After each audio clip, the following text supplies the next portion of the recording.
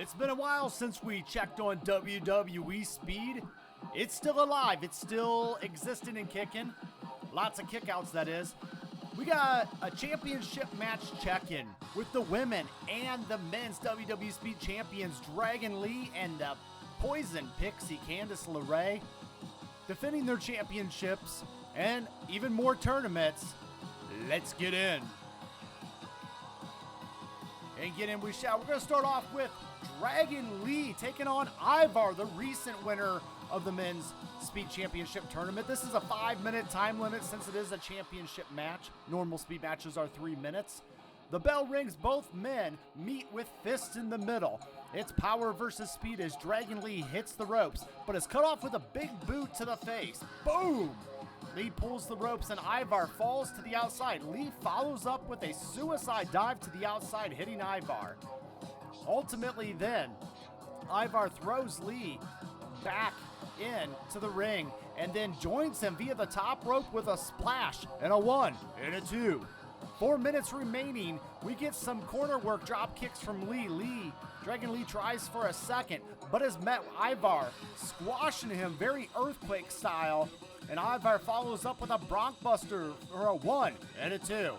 3 minutes remaining. We get Dragon Lee with a couple of super kicks and then a display of power, picking up Ivar on his shoulders, John Cena style at WrestleMania, and hits a rolling senton, a super kick, and a 1 count for the kick out from Ivar.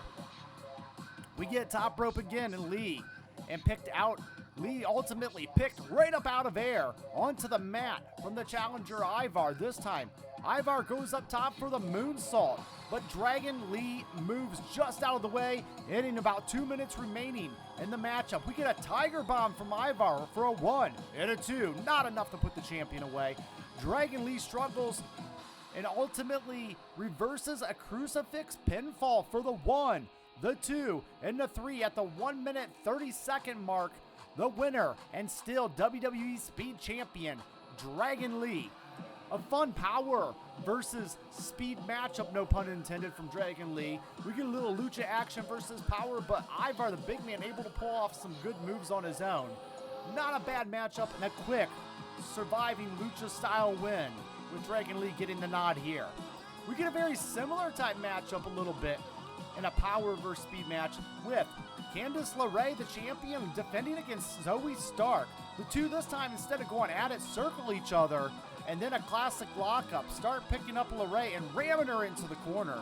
Fighting continues as both ladies end up trading blows on the apron to really early in the matchup. They go back and forth. Candice goes for a German suplex, but Zoe Stark breaks free and hits the super kick with LeRae falling back between the ropes into the ring. 4 minutes remaining.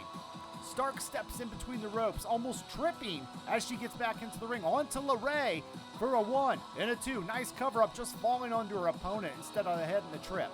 Ultimately, Zoe then picks up LeRae in a fireman carry hold, and then it's reversed into a crucifix pin, almost like our men's match, but this time it's a 1 and a 2. LeRae leans in to the corner, and Zoe comes running, but Lay flips her out and over to the outside apron. The referee begins a count, and we get a 9 count before Zoe Stark makes it back in. We get 3 minutes remaining and a lot of ground strikes. LeRae ends up getting a 2 count for all her measure, and as frustration is shown by LeRae in the ring, she throws Stark through the ropes, but Stark comes back in and hits a missile drop kick off the ropes for a 1 and a 2. 2 minutes remaining. Zoe Stark again muscles as she lifts the champion up. Then ultimately, we do get Stark showing her frustration and allows for Candice to take advantage while for a pin. But ultimately, you holding on to the rope for leverage. The referee catches it, and we fight down to the 1 minute mark.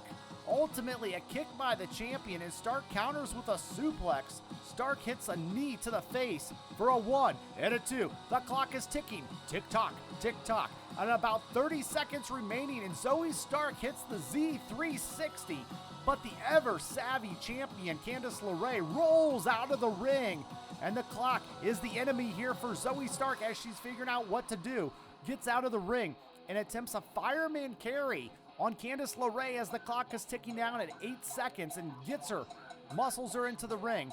And then the referee begins her count, ultimately as Zoe Stark goes for a pinfall. She's going to be champion, but one problem. There's 1 second left on the clock as the timing was just not matched up.